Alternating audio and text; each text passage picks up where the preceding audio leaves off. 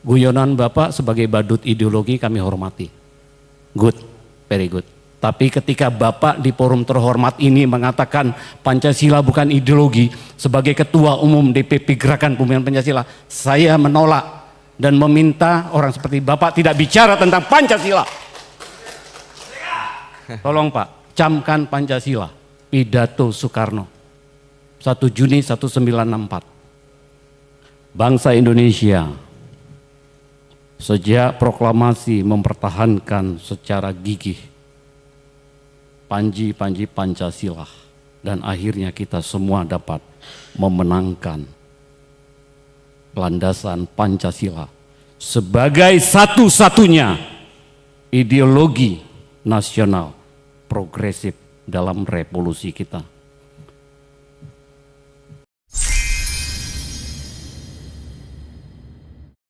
Oke, kenapa terlalu bergairah untuk menyebutkan bahwa keinginan mengembalikan the very ideas of republicanism itu ada di demo-demo di Senayan? Terlihat dari atas memang iya tuh. Tetapi kalau kita periksa naratifnya, mereka tidak demo karena undang-undang itu. Mereka demo karena seseorang yang bernama Mulyono. Ya itu poinnya itu tuh. Saya ada di situ pada waktu demo, berpapasan dengan anak anak STM tuh. Saya buka kaca, weh Bang Rocky ikut demo. Demo apa? Demo anti Gibran, demo anti Kaisang. Jadi di dalam kepala mereka tadi sedimennya adalah, ini sedimen ya, adalah penampilan publik dari anak-anak presiden itu, junto presidennya, itu dasarnya itu. Bahwa yang demo itu mahasiswa itu lain lagi, tetapi kita mesti lihat bahwa isu pada waktu itu adalah nggak keren kalau nggak anti Jokowi, kira-kira begitu. Apa namanya, istilah mereka tuh fear of missing out, FOMO. Jadi kita mesti baca juga bahwa ada perubahan jarak akademis antara apa yang diidealkan oleh demokrasi dan prakteknya di dalam demonstrasi itu. Nah kalau kita coba nih, apa tadi judulnya ini, Pancasila nyawa bangsa, ini juga menghalau kemerosotan moral, menghalau kemerosotan moral tuh. Bukan, dalam kurung menghalau fufufafa. Yes, real isunya itu. Yang kita mau halau kemerosotan moral, yang bentuk konkretnya apa? Kan dia mesti dinomenklaturkan. Apa yang disebut kemerosotan moral? UGM pernah dalam waktu singkat atau agak panjang, tapi kemudian regain, moral call-nya muncul tuh. Lalu moral UGM jadi patokan, jadi monumen untuk moral bangsa. Karena ada sejumlah guru besar yang mengatakan enough is enough itu. Jadi itu titik radikal, titik epistemological break-nya ada di situ tuh. Ketika pengetahuan mengatakan bahwa tidak mungkin kita teruskan kebohongan publik Jokowi. Dasarnya itu. Jadi kemampuan kita untuk mengevaluasi politik didasarkan pada kemampuan kita untuk mencari narasi pada monumen, pada momentum tertentu tuh. Bayangkan misalnya kalau UGM tiba-tiba ada bangunan hotel UGM itu, nggak mungkin guru-guru besar itu demonstrasi karena disogok oleh negara. Tapi saya berpikir bahwa tidak mungkin juga dihentikan diskurs intelektual kendati UGM disogok dengan Kongres Pancasila ke-13. Artinya dibayangkan nanti, oke bikin aja nanti ada Kongres Pancasila ke-13 dibikin di IKN itu. Lalu guru-guru besar mulai bikin proposal, iya tapi kami akan pergi ke Kongres 13 Pancasila IKN, tapi harus naik private jet. Kan tidak mungkin itu timbul dari proposal akademis tuh. Jadi ada batas ketika tadi limpahan kekuasaan itu dihentikan justru oleh metodologi. Dan metodologi itu ada di UGM. Nah, kita coba lihat secara perlahan-lahan apa sebetulnya yang memungkinkan kita membaca Pancasila di dalam dimensi kerepublikanan itu. Republikanan bukan republik kiri, kerepublikanan. Coba kita lihat ide dari Respublika. Ketika Roma sebagai republik yang demokratis runtuh di tahun 100 di abad pertama, seorang jurnalis dari Jogja bertanya pada Jean-Jacques Rousseau, karena saya nggak tahu jurnalis dari mana yang bertanya, saya anggapnya dari Jogja itu. Profesor Rousseau, apa yang menyebabkan Republik Roma itu runtuh? Rousseau bilang begini, kebebasan itu ibarat buah, bagus buat kesehatan tubuh manusia, tetapi hanya lambung yang baik yang mampu mencernanya. Hanya itu jawaban pendeknya. Sekarang pertanyaan kita, lambung macam apa yang ada di Roma, Junto di Indonesia, sehingga gagal untuk mengembalikan Respublika? Private jet itu adalah res privata, jet privata. IKN itu adalah res privata, memakai isu Respublika. Jadi kalau kita coba dalilkan sekarang, lambung macam apa yang dimiliki oleh kekuasaan hari ini sehingga gagal mencerna ide demokrasi? Mungkin memang gak ada lambung, karena dari mulut sampai anus isinya adalah usus.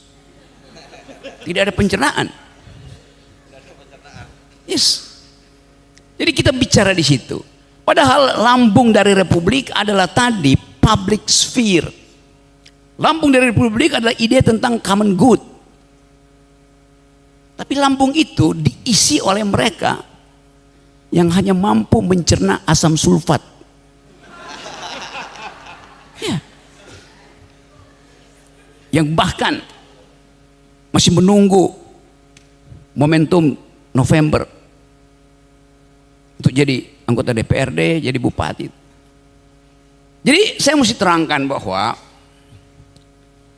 yang disebut sebagai pendangkalan moral yang harus dihalau, yang pertama tadi adalah lambung pemerintah. Yang kedua ada talk show. Talk show itu sumber bukan kerusakan. Sumber pertama di mana moral itu dianggap sekedar kata benda, bukan kata kerja. Itu yang kita lihat dalam semua talk show tuh, nggak ada mutu tuh. Setiap hari saya 7-8 kali diundang oleh TV. Tapi sudah bisa bayangkan, saya akan bertemu dengan para demagog. Ya. Tetapi ada kenikmatan juga untuk menghalau para demagog ini nih. Hobi saya menghalau para demagog. Jadi kalau kita bertemu dengan para pedagog hari ini, itu artinya ada harapan bahwa the Republic of Ideas bisa menghalau the Republic of Fear hari-hari ini. Kita ada dalam kecemasan Republic of Fear tuh. Ketidakpastian, ada transisi dari Jokowi ke Prabowo tanpa kita kenal apa yang akan terjadi. Jadi kemampuan berpikir para founding parents kita, betul tadi, bukan founding fathers karena di situ ada minimal 3-5 orang perempuan di situ.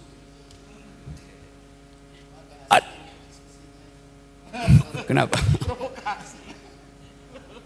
Oke, nanti saya bikin asik di pertanyaan. Oke. Jadi sekarang kita masuk pada Pancasila ini mau disebut sebagai apa? Ini ada istilah baru, nyawa bangsa tuh. Lebih enak menyebut nyawa bangsa daripada menyebut Pancasila adalah ideologi negara. Saya menentang menyebut ideologi negara. Karena nggak ada di dalam ketentuan undang-undang bahwa Pancasila itu ada ideologi negara. Nggak ada. Anda baca konstitusi nggak ada. Mana ada undang-undang yang bilang Pancasila ada ideologi negara? Nggak ada. Tetapi kita bisa sedikit bikin diskresi bahwa yang kita sebut ideologi adalah falsafah. Oke, Bung Karno bilang Pancasila adalah ya Weltanschauung, Vision de Bonn, philosophical foundation. Artinya Pancasila kita tempatkan di dalam kondisi diskursif, tidak final, tapi menimbulkan percakapan itu. Nah, pada waktu Pancasila diucapkan oleh Bung Karno dengan yang setiap minggu dia jadikan sebagai pelajaran di RRI, dipidatokan itu Pancasila yang pedagogis. Kenapa? Ya karena yang ngajarin adalah sang pedagog, dia ngerti arah pembicaraan itu. Jadi Bung Karno mengajar sendiri bangsa ini sebagai pedagog dengan ide yang dia kumpulkan dari seluruh pikiran dunia. Pancasila itu bukan asli Indonesia, Pancasila itu adalah kompilasi dari semua pemikiran dunia. Ateisme ada dalam Pancasila yang namanya humanisme. Marxisme ada dalam Pancasila yang namanya keadilan sosial. Nasionalisme ada dalam Pancasila, persatuan Indonesia itu. Jadi semua pikiran dunia ada di situ. Karena itu Pancasila kemudian jadi semacam regulatif ideal, kalau kata Immanuel Kant, untuk menuntun atau jadi paradigma untuk menuntun ilmu-ilmu teknis di bawahnya kan. Itu pada waktu Bung Karno mengucapkan itu, dia tahu bahwa rakyat ini memerlukan semacam sense of missionary engagement, keterlibatan misionaris itu. Karena kita nggak tahu, sebagian dari kita nggak ngerti mau ngapain. Jadi masuk akal kalau pada akhirnya Bung Karno mengatakan saya penyambung lidah rakyat Indonesia. Memang benar. Karena isi kepala Bung Karno itu harus dia ucapkan secara retoris setara dengan kemampuan logisnya tuh. Itu yang terjadi. Karena itu kita kalau kita dengar Bung Karno, betul-betul di dalam pikirannya ada dialektika, di dalam pikirannya ada koherensi sekaligus, di dalam pikirannya ada versi keadilan sosial yang diucapkan terus menerus. Datang dari secara otentik dari cara dia paham tentang Pancasila. Pancasila di era Bung Karno adalah sebuah pedagogi itu. Di era Pak Harto dia berubah Pancasila itu. Dia menjadi persyaratan untuk menapis lawan politik. Kan jadi instrumen akhirnya kan. Proposisi-proposisi Pancasila itu diucapkan oleh semua menteri itu tanpa mereka mengerti bahwa Pancasila itu adalah ideologi, kalau kita pakai bahasa sekarang itu dalam pengertian yang terbuka, untuk menghasilkan percakapan, bukan untuk didoktrinkan. Yang terjadi begitu pada era Soeharto, era Orde Baru. Setelah era reformasi kita mencoba untuk memberi isi baru pada Pancasila itu, karena ada problem-problem baru. Soal gender equality, soal ecological footprint, environmental disaster segala macam. Jadi kita hidupkan Pancasila itu di dalam upaya untuk tetap dalam pengertian ada mission sacre di situ, ada misi suci di situ tuh. Sesuatu yang kita ingat bahwa semua bangsa itu diikat oleh semacam misi suci di situ. Tetapi dalam perkembangan kita lihat bagaimana yang kita sebut mission sacre itu, sense of missionary engagement, mengalami reifikasi, mengalami pengkeras kepalaan. Apa bisa nggak teman-teman begitu reifikasi itu? Iya, pengkeras kepalaan. Kenapa dia mengalami pengkeras kepalaan? Karena dia tidak mampu lagi untuk didiskursifkan, macet diskursis selama reformasi. Kenapa? Ya udah demokrasi, ngapain? Nah sekarang ada keperluan itu karena tadi ada moral call untuk menghalau kemerosotan moral itu. Jadi betul-betul kalau kita mulai masuk di dalam sedikit wilayah filosofi, tadinya Pancasila itu semacam reinen Vernunft, pure reason, konstruksi filosofi. Sekarang dia jadi praktisen Vernunft, kebutuhan untuk mengevaluasi etika politik. Jadi fungsi itu yang saya kira lebih baik kita ucapkan hari ini. Di fungsi Pancasila untuk mengevaluasi etika politik. Dan itu yang memungkinkan UGM masuk lebih jauh menginterupsi keadaan kekuasaan hari ini. Paling enggak interupsi aja, interupsi mengganggu stabilitas berpikir para politisi. Saya mondar-mandir BIMTEK segala macam itu. Dan saya lihat bahwa tidak ada satupun semacam harapan bahwa politik akan diasuh oleh pikiran. Not at all. Mereka undang saya buat BIMTEK. Tapi saya tahu itu hanya untuk menghabiskan anggaran. Jelas. Jadi conditional ini yang buat saya hari-hari ini menjadi relevan kalau kampus bring politics kembali ke kampus. Dasarnya begitu. Nah, kalau setelah kita seminar hari ini dan kita pastikan bahwa Pancasila akan jadi ide praktis, ide penuntun praktis, pertanyaannya adalah paper yang Anda tulis sejauh ini itu akan jadi proposal akademis, proposal oposisi, atau proposal proyek. Ya, Anda kan menulis 120 karya ilmiah, mau apa itu? Mau dipakai sekedar sebagai pengantar untuk nyari proyek di Pemda yang lagi menunggu 1.200 triliun dari APBN kita. Kan hanya itu. Jadi dari awal kita tahu bahwa kemampuan kita untuk menjaga momentum ini harus dievaluasi oleh diri sendiri. Kita dengar keterangan tentang apa itu ide republik, apa itu ide demokrasi. Tetapi begitu kita sampai di daerah masing-masing, kita dipanggil rapat oleh Muspida. Tolong buatkan proposal. Untuk apa? Untuk makan siang gratis itu. Saya mau ucapkan ini di awal. Karena kita tahu bahwa negeri ini dengan segala macam perlengkapan akademis yang kita punyai, dengan saja kemampuan berpikir teoritis yang kita punyai, pada akhirnya akan berhadapan dengan minimnya anggaran belanja negara. Itu akan membuat moral kita itu retak. Dalam keretakan itu kita dibujuk untuk berhenti menjadi oposisi, berhenti berpikir. Kan dasarnya itu kan. Nah, jebakan-jebakan material ini yang saya kira layak kita bicarakan. Dalam kesempatan ini kan tadi ada ibu guru dari Bekasi itu, dan kalau kita tanya kenapa ibu guru dari Bekasi ada di sini dengan papers itu tuh, kasih dia kesempatan untuk bicara misalnya. Kenapa ada teman-teman dari Karang Taruna tuh yang ada di sini? Karang Taruna itu kan semacam KNPI junior tuh.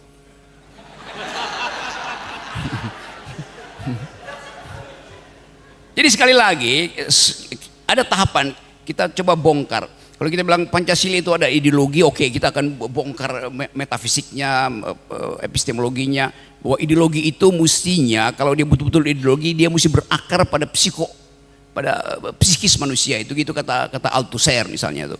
Bahwa dengan cara itu kita tahu bahwa ada yang struktural di dalam ideologi. Tetapi buat sementara kita tahan itu sampai Kongres Pancasila ke-13 lah, karena yang sekarang adalah keinginan kita untuk mengevaluasi bangsa ini karena memang betul kita mau halau kemerosotan moral itu. Jadi rumuskan lebih dahulu apa yang disebut kemerosotan moral. Ketidakmampuan untuk mengakses respublika itu kemerosotan moral namanya tuh. Nah, dalil itu yang sebetulnya mesti kita uji. Kalau kemarin saya pergi kemarin ceramah muter-muter ke Papua, saya tanya pada orang Papua, kalian Pancasila? Iya, Pancasila tuh. Oke. Tapi kalau saya suruh pilih, mana lebih mulia bagi kalian? Sila ketiga atau sila kedua? Sila ketiga apa Pak Rocky? Persatuan Indonesia. Sila kedua apa? Kemanusiaan yang adil dan beradab. Bagi kami lebih penting kemanusiaan yang adil dan beradab. Dia paham karena situasi meminta dia untuk mengucapkan, meminta teman-teman Papua ini supaya Republik Indonesia ini mengutamakan kemanusiaan yang adil dan beradab di Papua tuh. Itu sosial imperatifnya kan begitu. Tapi nanti Pak Jokowi pidato, tidak ini persatuan Indonesia. Iya, kita tahu ide persatuan itu. Unity of reason memerlukan unity of nation. Unity of nation memerlukan unity of government. Yaitu nasionalisme. Awal kita tahu cara berpikir itu. Tapi Pak Jokowi hanya menghafal-hafal bahwa persatuan itu penting. Ada bunyi kita ada Bhinneka Tunggal Ika, bukan Ika Tunggal Bhinneka. Pada waktu Bung Karno membayangkan Pancasila, dia tahu bahwa ada masyarakat yang memerlukan tuntunan agama. Oke, dia kasihlah itu pikiran kemanusiaan yang adil dan beradab.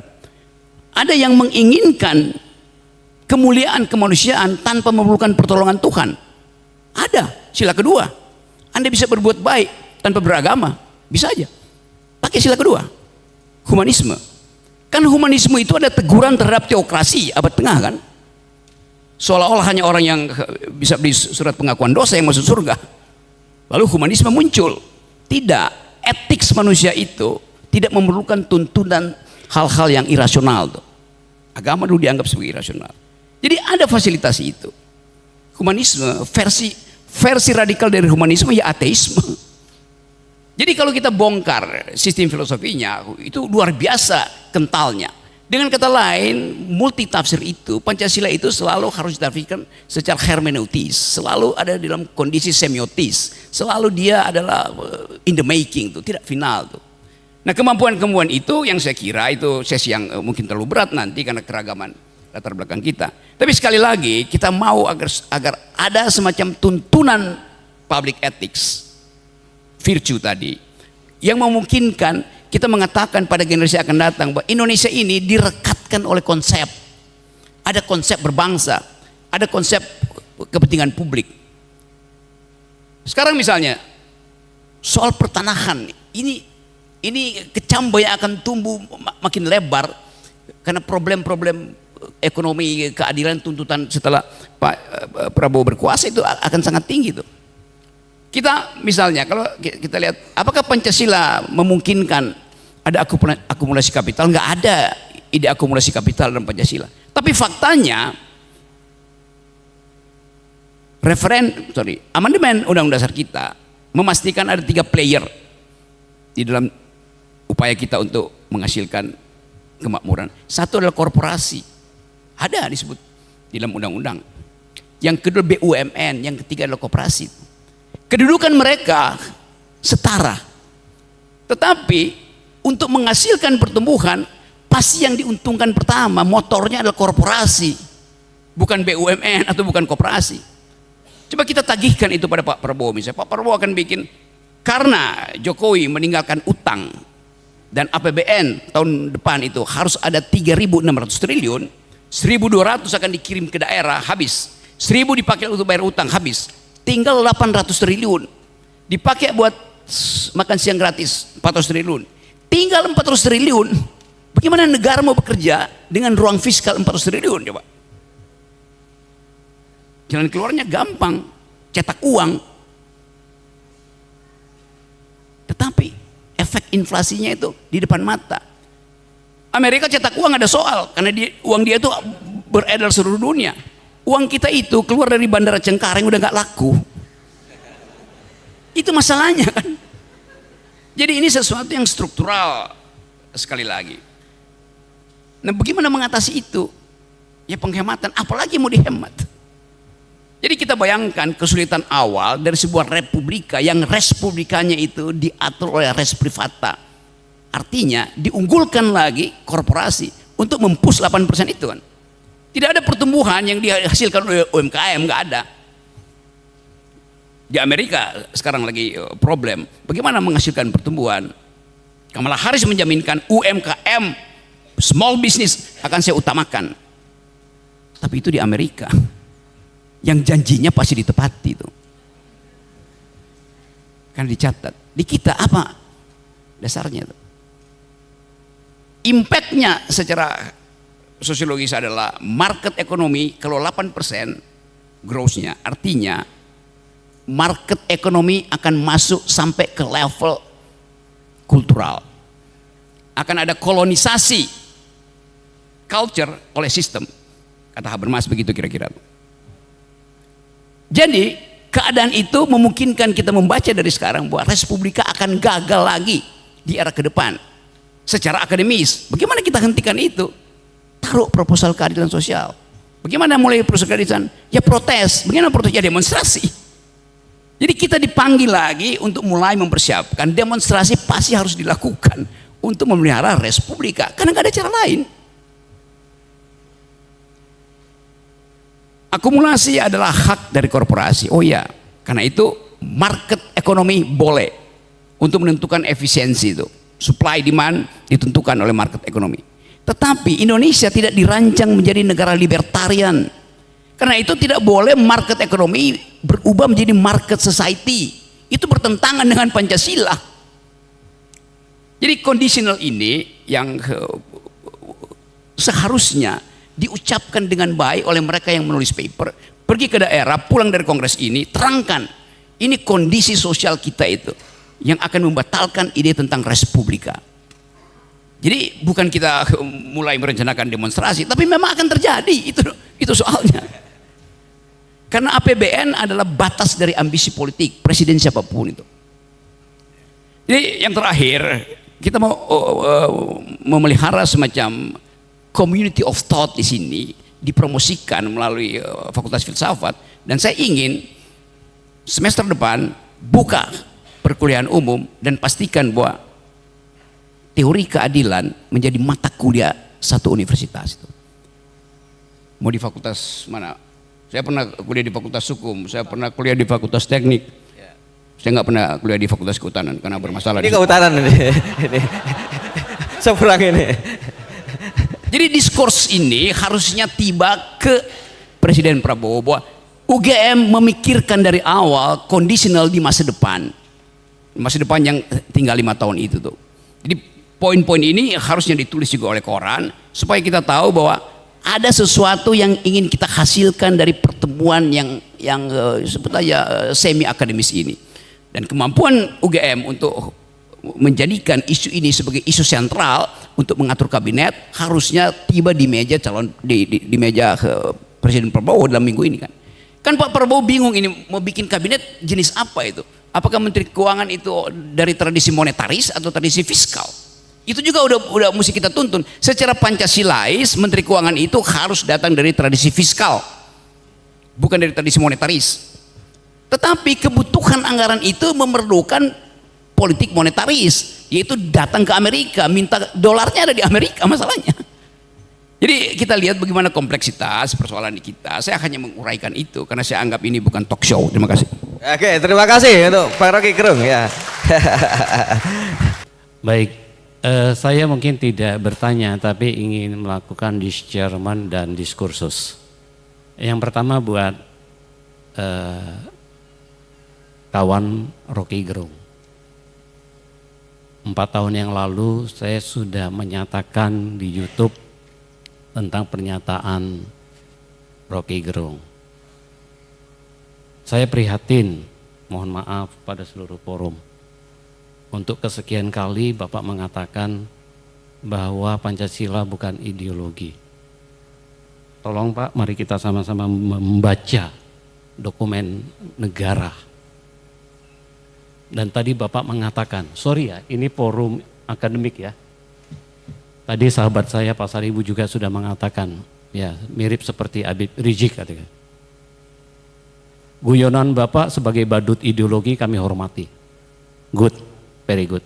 Tapi ketika Bapak di forum terhormat ini mengatakan Pancasila bukan ideologi, sebagai Ketua Umum DPP Gerakan Pembinaan Pancasila, saya menolak dan meminta orang seperti Bapak tidak bicara tentang Pancasila.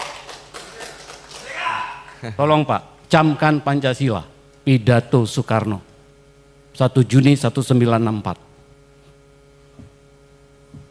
Saya membaca kalimatnya saja. Supaya tidak kesekian kali Pak, di YouTube 4 tahun yang lalu saya sudah ngomong. Supaya kita tidak gelap ideologi Bapak. Kita datang ke sini, saya hormat sekali dengan kongres ini. Soekarno mengatakan, mohon kita dengarkan bersama, mohon maaf, mohon sewu para senior, para guru besar, tokoh Pancasila.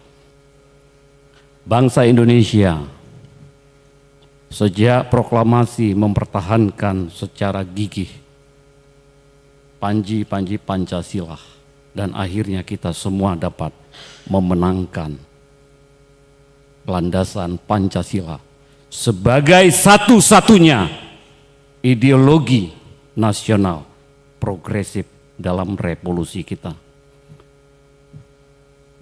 Oke. Itu poin Sudah? satu ya, saya Oke. harus garis bawahi Pak Moderator ya. Ya. Baik, Terima kemudian kasih, menanggapi kedua narasumber yang luar biasa, sahabat saya, Saudara Erlangga, dan juga Bapak Agus, Dr. Agus.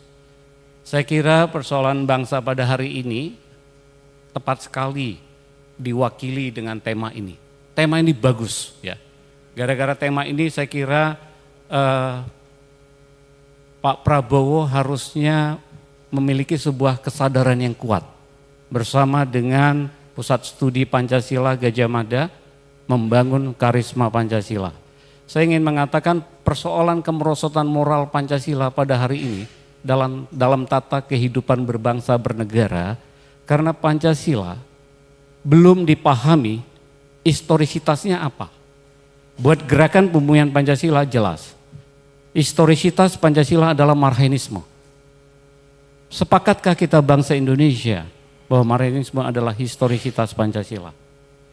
Saya melihat seluruh kompleksitas masalah bangsa pada hari ini dalam konteks politik, ekonomi, budaya dan lain-lain itu karena Pancasila belum bersumber sebagai sosionasionalisme, sosiodemokrasi. Oke, ya. Soekarno mengingatkan kepada kita, kalau kedua hal ini tidak diterapkan, maka sia-sialah Pancasila menjadi ideologi bangsa dan ideologi negara. Oke, saya rasa sudah cukup Pak Anton Manurung. Ya, pesannya sudah nyampe bagaimana agar kepada pertanyaan Mas Oke, mungkin yang Erlangga. terakhir, izin yang terakhir. Lewat forum terhormat ini, Kongres Pancasila ke-12, ya, semoga bisa mengusulkan bahwa perlu ada Dewan Ideologi Nasional. Perlu ada Dewan Ideologi Nasional. Yang kedua, mendorong lahirnya Undang-Undang Hari Lahir Pancasila. Tidak cukup dengan Kepres 24 2016. Saya kira demikian. Terima kasih. Salam Pancasila. Merdeka. Mereka. Terima kasih Pak Anton Manurung dari Gerakan Pembumian Pancasila dari Jakarta ya. Oke, terima kasih. Ada banyak pertanyaan yang sifatnya, saya carikan istilah ya, cemas dengan keterangan saya tuh. Kenapa takut mengatakan bahwa Bung Karno mengumpulkan, mengkompilasi pikiran-pikiran dunia, lalu dituangkan dalam 5 sila itu? Tadi saya katakan itu tidak asli Indonesia. Demokrasi tidak asli Indonesia. Yang dimaksudkan Bung Karno itu adalah pergaulan dunia yang dihidupkan oleh kompetisi, oleh persaingan pikiran. Negara kita basisnya feodal. Kan bukan asli Indonesia kan. Sampai sekarang masih feodal tuh. Jadi ide demokrasi itu, sebut aja ide sila keempat itu adalah hasil adaptasi Soekarno untuk dijadikan pegangan, bukan ideologi itu. Demokrasi itu bukan ideologi. Jadi kalau sila keempat ada demokrasi, lalu dianggap Pancasila itu ideologi, itu langsung bertentangan. Demokrasi itu membuka peluang untuk semua ideologi bersaing. Itu dasarnya Pak Manurung tadi. Boleh nggak Pancasila dijadikan ideologi? Boleh, tetapi akan ada negara otoriter. Tidak boleh ada persaingan pikiran. Padahal Pancasila ada diskursif sifatnya. Tadi saya terangkan bahwa Bung Karno menyebut falsafah, dia menyebut ideologi. Tetapi bukan official ideologi dari negara. Kan gak pernah ada keputusan MPR bahwa Pancasila itu ideologi negara tuh. Karena berbahaya. Negara yang berideologi itu cuma 2, fasisme dan komunisme. Mau nggak? Ada semacam tuntunan berideologi sehingga baju mesti sama, konsumsi mesti sama, tuh parfum mesti sama. Kan itu bertentangan dengan kemajemukan kita bangsa ini, Pak Manurung tuh. Nah kalau misalnya mau dinyatakan sebagai ideologi, ada problem teoritis juga. Ideologi itu mesti koheren, nggak boleh retak. Sila pertama tuh ketuhanan yang Maha Esa. Sila keempat itu demokrasi, kemajemukan. Boleh nggak orang tidak memakai hak untuk beragama? Konstitusi itu mengatakan agama adalah hak, bukan kewajiban. Agama menjadi kewajiban ketika sila pertama itu didalilkan di dalam versi syariat Islam. Kewajiban menjalankan syariat Islam bagi pemulung-pemulungnya. Itu sudah dihilangkan. Karena dianggap itu nanti akan ada problem ke depan itu. Jadi memang Pancasila itu bukan ideologi, bukan saya tidak menginginkan, tapi dua hal saya mau terangkan.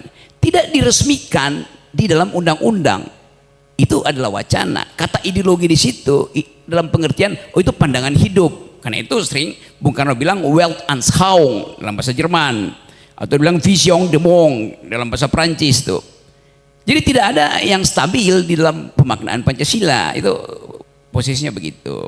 Yang kedua, memang tidak digali dari bumi Indonesia, apalagi dalam bahasa Sanskerta. Anda baca di Bung Karno itu mengkoleksi bacaan Jerman, Prancis, Inggris. Tapi dia nggak bisa berbaca Sanskerta. Kan dasarnya begitu tuh. Jadi kenikmatan kita untuk membayangkan ada semacam tuntunan, oke. Tetapi tuntunan itu tidak boleh diresmikan sebagai ideologi negara, itu maksud saya tuh. Karena lebih berbahaya akibatnya. Demokrasi di negara manapun tidak ada demokrasi yang ada ideologi, karena itu bertentangan di dalam prinsip. Apalagi kalau disebutkan mesti ada satu official ideologi dan orang akan tuntut ideologi itu mesti agama. Ya udah, habis negara ini. Jadi juga tadi teman yang bicara pertama bahwa nanti dulu nggak usah Pak, ya. Nanti diskusinya di panel di yang ke ya. Ya. Kasih kesempatan untuk ngomong dulu ya. Silakan Bang. oke, saya lanjut ya. Saya bedakan tadi, kan itu saya sebutkan, sangat mungkin kita akan bertengkar di sini karena forum ini bukan forum ilmiah ansih gitu. Ada aktivis di sini nih. Oke.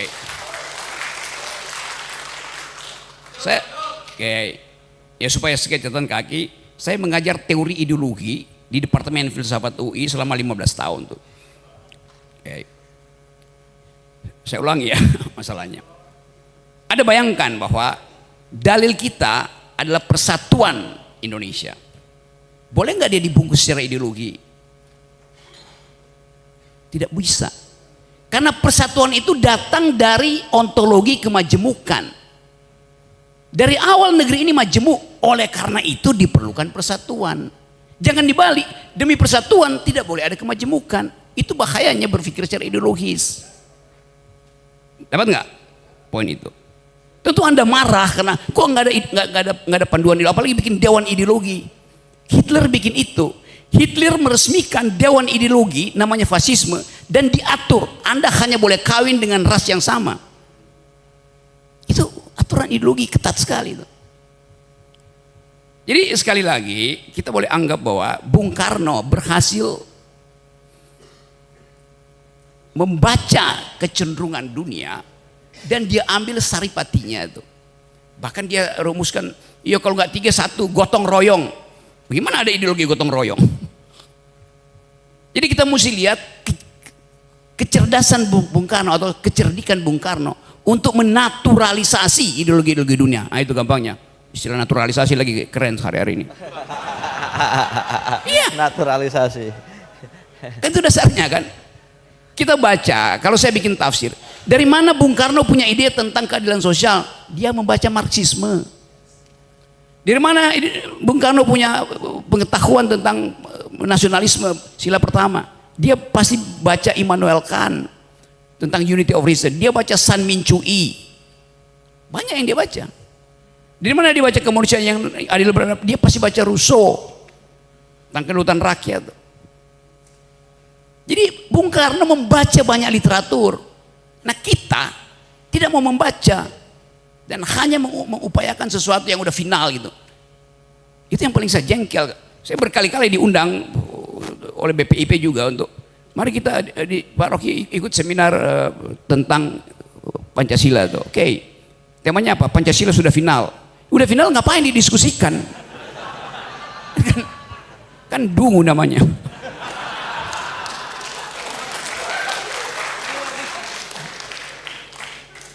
Jadi saya menginginkan ada panduan bernegara, ada semacam moral code Yang kebetulan paling bagus adalah Pancasila. Udah, saya terima itu. Tetapi mempersoalkan Pancasila sebagai ideologi, oke, itu akan ada debat panjang tuh. Saya sudah pernah menulis panjang lebar tuh di majalah Prisma apa soal begituan. Jadi silakan baca, Bapak. Jadi referensi kita terhadap ideologi itu bahkan mesti masuk sampai pada pemeriksaan psikoanalisis. Saya mesti kasih Lacan di situ, saya kasih Althusser, saya kasih macam-macam tuh, supaya terlihat bahwa itu ideologi itu, dan itu tidak mungkin. Satu waktu mungkin ada orang yang berpikir, ya lebih baik Pancasila itu dibiarkan terbuka daripada ditutup sebagai asas tunggal. Itu yang dilakukan oleh Pak Harto. Pancasila ditutup dalam versi Soehartoisme. Itu dasarnya. Di negara-negara Afrika juga banyak mencari root, mencari akar, apa sebetulnya akarnya, macam-macam tuh. Ada yang disebut Mobutuisme. Karena waktu itu Mobutu Seko adalah pemimpin Zaire itu. Jadi terlihat bahwa kita punya semacam kecenderungan untuk mencari sesuatu. Nah, saya terangkan sedikit teorinya. Setiap manusia itu mengalami keretakan self, keretakan jati diri itu. Kenapa dia retak? Karena saya akan mencari figur di atas saya, sementara saya dikejar oleh figur di bawah saya. Retak saya tuh. Saya nggak tahu orientasinya kemana itu. Jadi biarkan kita hidup di dalam keretakan itu. Nah, keretakan itu kan semacam kutukan bahwa kita manusia, maka kita retak. Self kita retak, fragile. Jadi itu dasarnya. Jadi sekali lagi, dalam demokrasi, di dalam republik, ide common good itu tidak boleh dibasiskan pada satu ideologi. Itu dasarnya tuh. Nah, itu yang menyebabkan ada persaingan pikiran, itu yang menyebabkan kita terbuka untuk berargumentasi itu. Kita pakai bahasa dan boleh aja pakai tekanan-tekanan, agak marah boleh, tetapi kita balik pada akal sehat lagi tuh, bahwa semua yang didalilkan itu harus diperhatikan logikanya tuh. Jadi saya kira itu, dan saya percaya bahwa teman-teman akan merumuskan kembali percakapan ini supaya kita bawa pada forum-forum yang lebih luas tuh. Yang penting bagi saya ada transaksi argumen di sini, bukan kita produksi sentimen. Dan saya percaya kalau kita keluar dari sini dalam 2 hari ini akan ada bekal pengetahuan di kepala kita, sehingga IQ bangsa ini bisa ditingkatkan oleh pertemuan hari ini. Oke. Bahkan saya bisa pastikan kalau jumlah IQ di ruangan ini kita kumpulkan, ditukar tambah yang ada di Senayan, masih ada kembalian di sini. Terima kasih Pak Rocky. Ya. Oh ya. Oke, sama-sama nih Bang. Pak, terima kasih ya Ibu.